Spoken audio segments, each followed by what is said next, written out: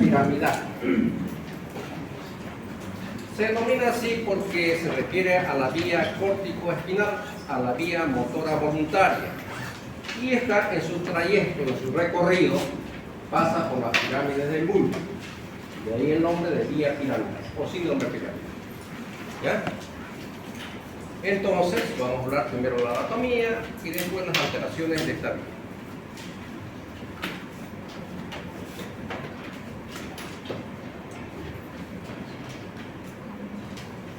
Bien, aquí tenemos, por ejemplo, una imagen de una vista lateral de un hemisferio, en este caso el izquierdo, lóbulo frontal, parietal, temporal, occipital.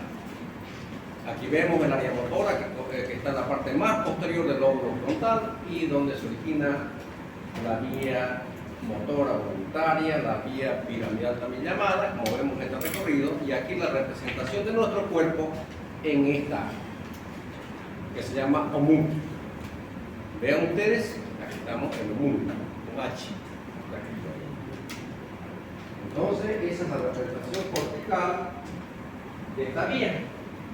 La parte más inferior, aquí el músculo estará representando los músculos de la laringe y la faringe. La parte más arriba, ya los músculos faciales, ven ustedes acá. Más arriba, la mano, el miembro superior, y en la parte medial, que mira al otro hemisferio, el miembro inferior. ¿Está claro? Si se afectara esta parte lateral que estamos viendo, ¿a qué músculos afectaría nuestro cuerpo? ¿Ven la imagen? Fíjense. Miembro superior y los miembros y los músculos faciales y los deglutorios. En cambio, la parte medial, que mira el otro hemisferio, si aparece un tumor, una hemorragia acá, ¿a qué parte de nuestro cuerpo va a afectar? Miembro inferior. ¿Listo? Esto es como la matemática, es exacto. ¿Está claro? No se olviden de eso, del homúnculo. ¿Y es un recorrido que hace? Se originan los axones de estas neuronas que están aquí en esta área, forman primero la corona radiada, radiada. Siguen descendiendo, pasan por la cápsula interna, que es la parte más profunda de los hemisferios, y ahí están todas estas fibras conglomeradas, están juntas. Por eso una lesión pequeñísima en este sitio puede dejar al paciente hemipléjico. ¿Qué es la hemiplegia? Parálisis de la mitad. La mitad del cuerpo, del lado opuesto. Siguen descendiendo, pasan por el mesencéfalo, ocupando los pedúnculos cerebrales. Siguen descendiendo, pasan por la protuberancia, siguen descendiendo al bulbo y aquí ocupan las pirámides del bulbo. Y en la parte más inferior se decusan, como dice su compañero acá, al lado opuesto. Lo que se origina en este lado se va al lado derecho de la médula, se cruzan. Es por eso que una lesión del hemisferio derecho va a afectar los músculos del lado izquierdo y a la inversa. Cruzar. Está claro eso, ¿no?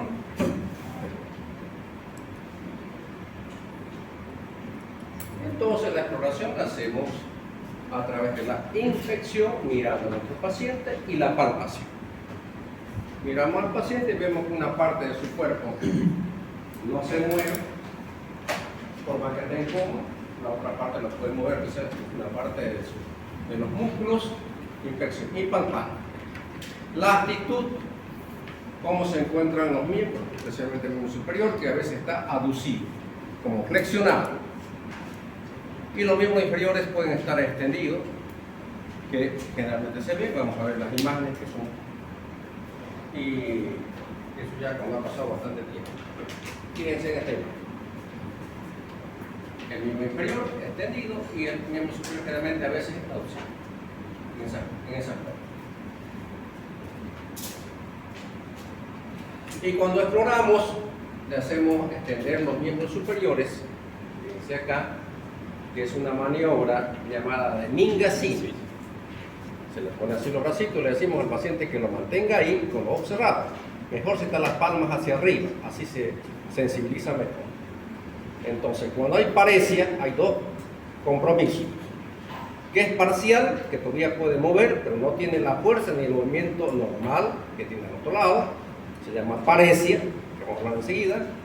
del lado que está afectado va cayendo lentamente, como estamos viendo en la imagen, ¿no?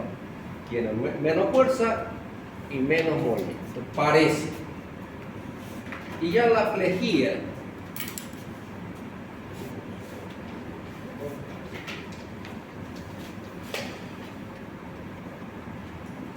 escriben cualquier marcador.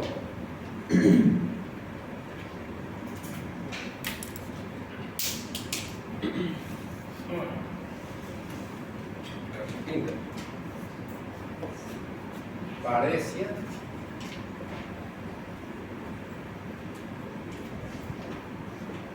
es la disminución de la fuerza muscular y el movimiento, como vemos en esa imagen. Y la plejía es la ausencia de movimiento y fuerza muscular. ¿Vale decir? ¿Igual a qué? Parálisis. No lo mueve absolutamente nada. En cambio, en la parecia todavía puede mover, aunque sea los dedos. Depende del grado de parecia. Entonces, en la plejía ya no hay movimiento.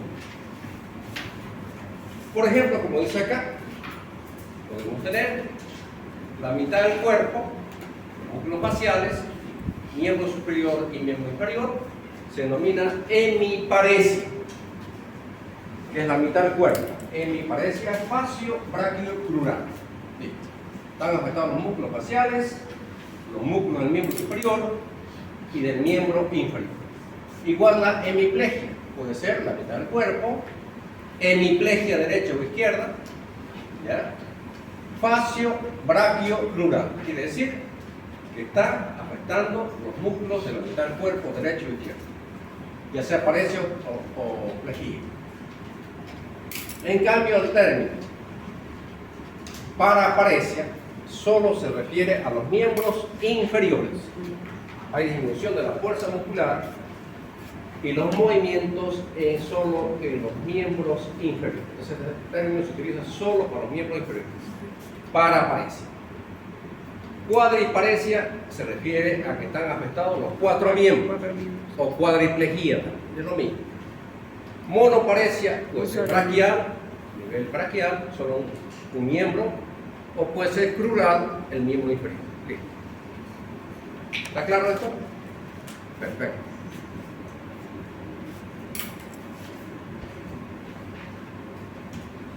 Por supuesto, podemos tener también hipotrofia muscular.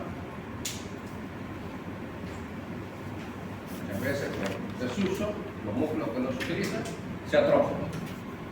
Hay hipertonía, que hemos visto en algunos pacientes, muscular. Los músculos están espásticos en relación a los del lado opuesto. Siempre en neurología comparamos la sensibilidad o la fuerza muscular y el tono muscular con el lado opuesto. Los palpos, los músculos, la parte puede ser del brazo o antebrazo, listo. Y comparo con el del mismo, comparativo. Los reflejos profundos, como los osteotendinosos, están aumentados. Vale decir que hay, si están aumentados, ¿qué va a haber? Jóvenes, hiperreflexia. En cambio, los reflejos cutáneos dominales, que lo vemos en la imagen de aquí abajo, ¿en qué consiste? Le paso por el abdomen, hay 3. El medio a nivel del ombligo, superior por encima del ombligo, inferior por debajo del ombligo. 3 niveles. Los cutáneos dominales, superior por encima del ombligo, el medio a nivel del ombligo y el inferior por debajo del ombligo. ¿En qué consiste? Le paso un objeto de la parte media hacia afuera, haciendo presión. Cuando es normal, veo un movimiento de su músculo. Y cuando no hay, se queda quieto. Hay ausencia. Están abolidos.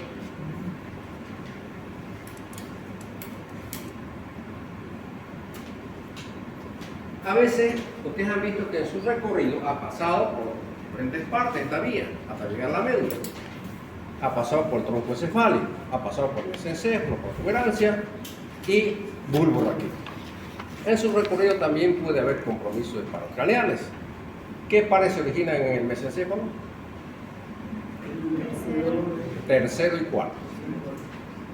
Puede haber compromiso tercero de un lado, los pares craneales no se cruzan. Ya han visto que es el mismo lado. Entonces, un par craneano de un lado y una hemiparesia o hemiplegia del lado opuesto nos da a entender el compromiso a qué nivel está. Aparece el signo de Babinski. ¿En qué consiste el signo de Babinski? ¿Extensión de qué? Le hacemos un estímulo en la planta del pie, de abajo hacia arriba, en la parte externa, y vemos cómo se comporta el dedo gordo. Generalmente, cuando hay afectación de la vía piramidal, el dedo gordo se va hacia atrás y los otros se abren. Eso es Babinski positivo.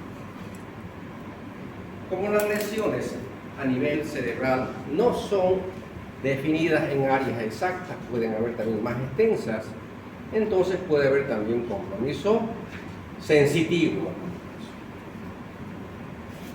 Y hay lo que en algunos casos puede haber lo que se denomina clonus. ¿En qué consiste? El clonus consiste en agarrar el miembro superior o inferior y hacerle presión y empezamos a ver un temblor. Cuando aparece eso se llama clonus.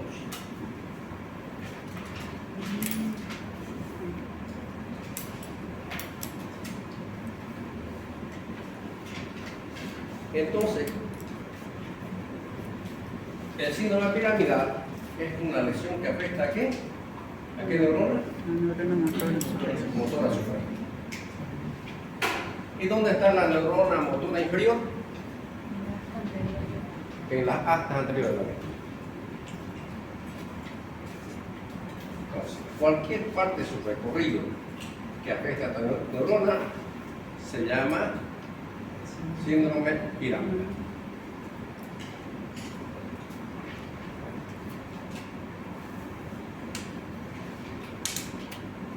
Hemiplegia, ya hemos hablado, nos adelantamos, vamos a repasar nuevamente, hemiplegia o hemiparesia. ¿Cuál es la diferencia entre hemiplegia y paresia? A ver, ¿qué lo que Hemiplegia es ausencia total y paresia es disminución del movimiento. y la fuerza muscular. Y la paresia tiene grados, más adelante, la parte práctica, tiene grados.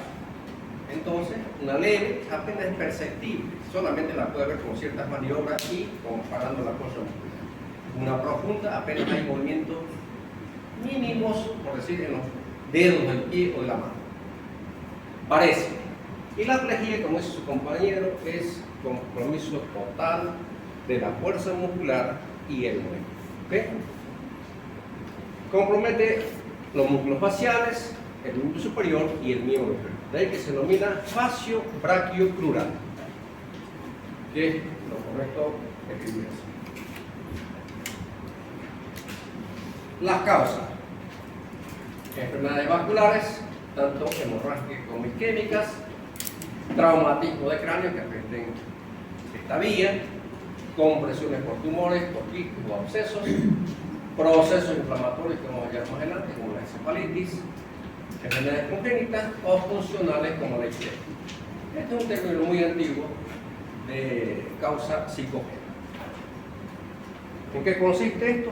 Que el paciente simula, no hay lesión orgánica, sino que el paciente simula la completa. Ocurre. Nos ha pasado algunas veces, nosotros vamos y nos quedamos desconcertados porque los estudios son normales, pero el paciente simula que no puede mover nada de su cuerpo. Yo tuve un estudiante de medicina que me llamaron aquí a la clínica Lourdes, joven. Me dice que el doctor está con la parálisis de su cuerpo, hoy lo veo, los estudios normales, y noté en él que parpadeaba, que está nervioso, empieza a parpadear. Se agarré su manito, la que estaba paralizado, se lo puse en una prueba muy interesante, se lo llevé a la altura de su cara y lo solté. El que está paralítico se golpea, le cae el gesto en la cara y él lo bota a uno. Entonces dije, esto es funcional. Directamente a quién llamamos, al psiquiatra, que corresponde que investigue la causa, porque es psicólogo. El psiquiatra vino, habló con él, le explicó que la familia estaba angustiada, fuera llorando, los papás. Y bueno, la causa era que se aplazó en todas las materias. No tenía el valor de decirle que se aplazó, que era tan simple, que los papás hubieran comprendido, ¿no? no el susto que les dio.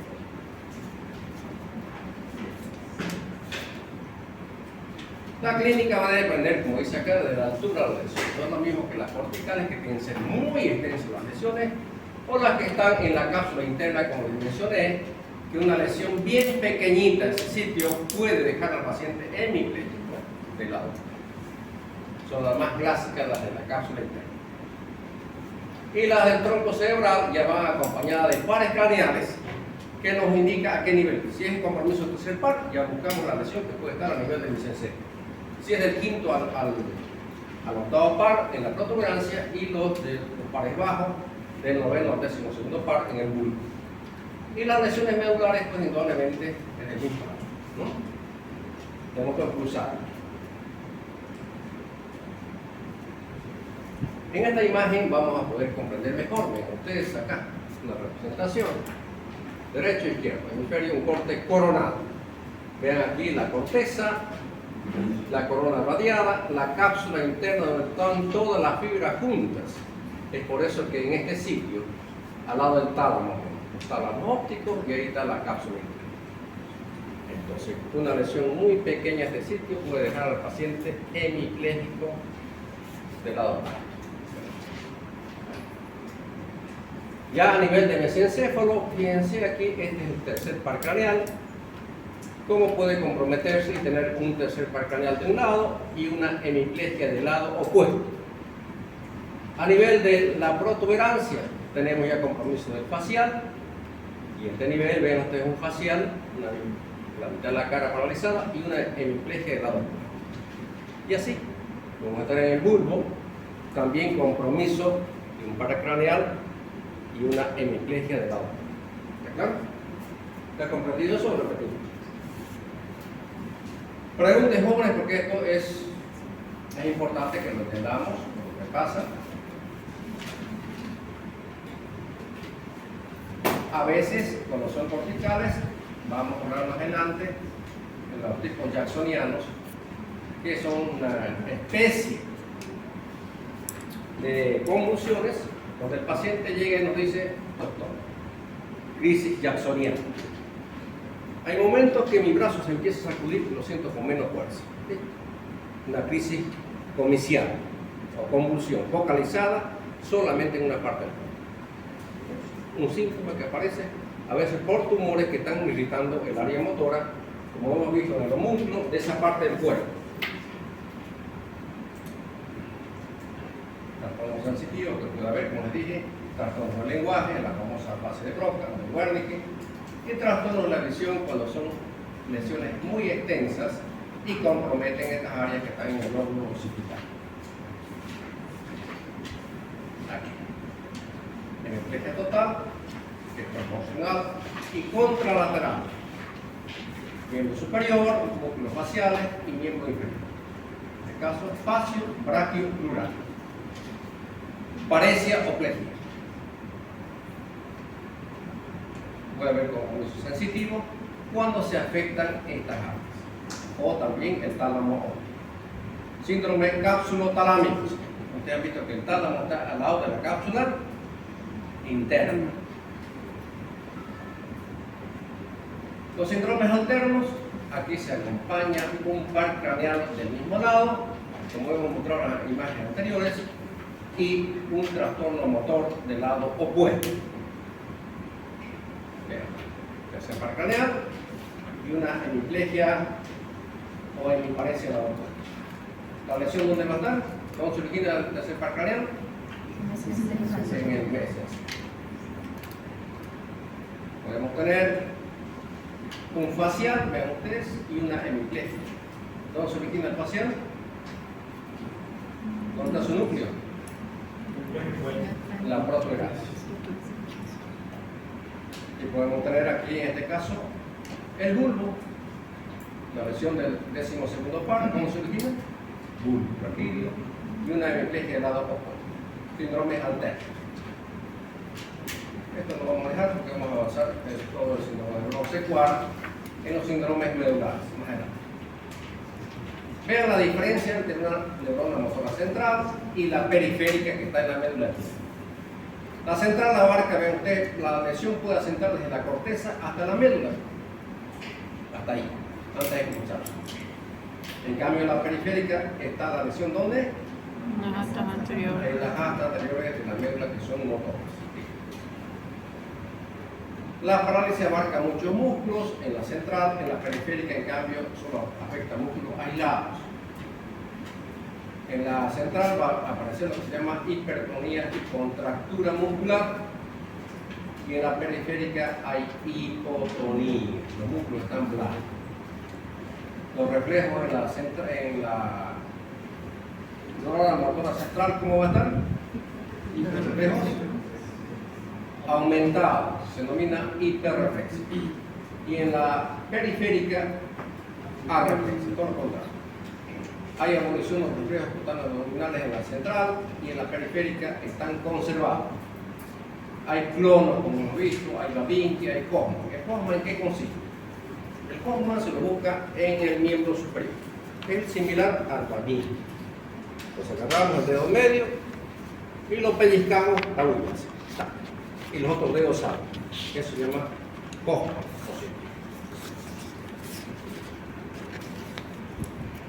Hay atrofia muscular, a veces no hay fasciculaciones, en cambio en la periférica hay fasciculaciones. Esa es la diferencia entre la central y la periférica.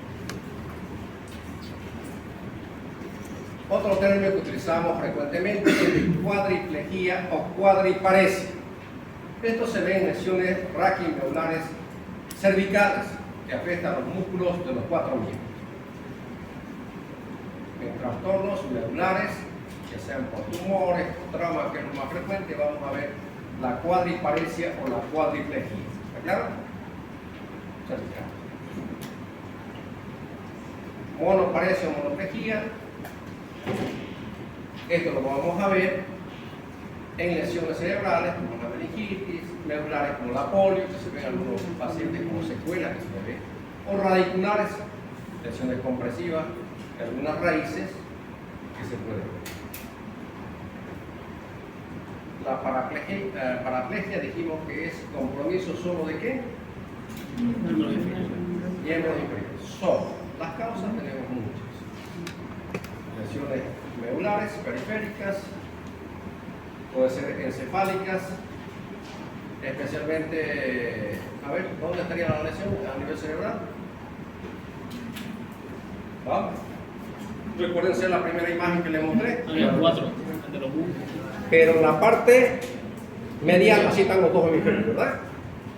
Entonces, en esta parte medial que representa a los miembros inferiores, tendría que estar ahí un tumor que generalmente va creciendo y va afectando solo los músculos de los miembros inferiores.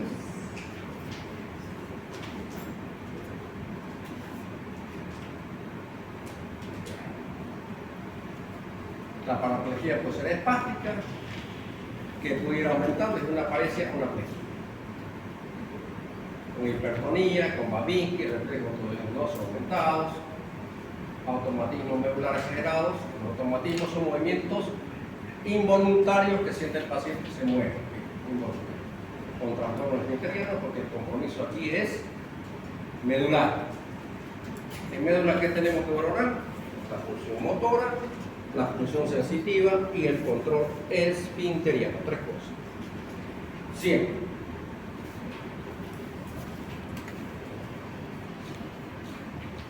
La aplasia, aquí la lesión está en la médula.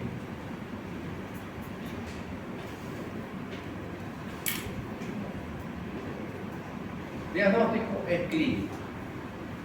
Clínico y nos basamos en las lesiones.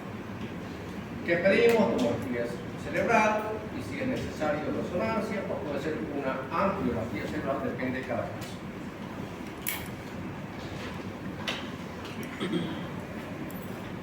El diagnóstico diferencial lo hacemos con diferentes tipos de parálisis según los miembros afectados y según las características clínicas que lo acompañan. Bien, ¿alguna pregunta de la vía piramidal, jóvenes? ¿Ninguna? A ver.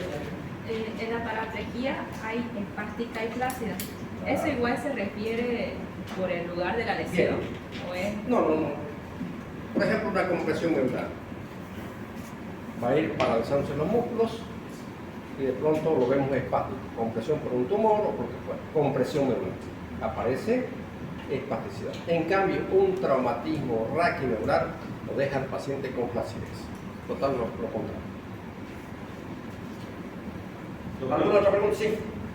¿Y el síndrome de primer motoneuronas sería lo mismo que un síndrome de motoneurona superior? Claro, estamos hablando del recorrido de la vía. Motora superior o motora inferior. ¿Alguna otra pregunta?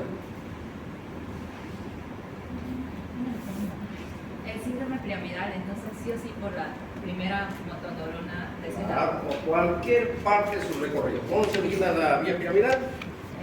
En La corteza, y va descendiendo hasta llegar a las astas anteriores de la nuca. En cualquier parte de su recorrido se llama síndrome piramidal. Alguien me estaba preguntando que querían presentarnos, vamos a demorar un poquito, a ver cómo es la hora, su trabajo. Nuestro caso clínico. Sí. ¿Pueden presentar? Claro, le cierro. Las prácticas nos pasamos temprano, joven. Las marchas que dirijo al grupo de hoy son a partir de las 9. Yo soy dirigente también del hospital, del médico, del colegio médico, del CIRME y todo eso. Las marchas nunca salen a las 8:30. Y otra cosa, cuando digan la universidad saquen un comunicado, se suspenden las clases.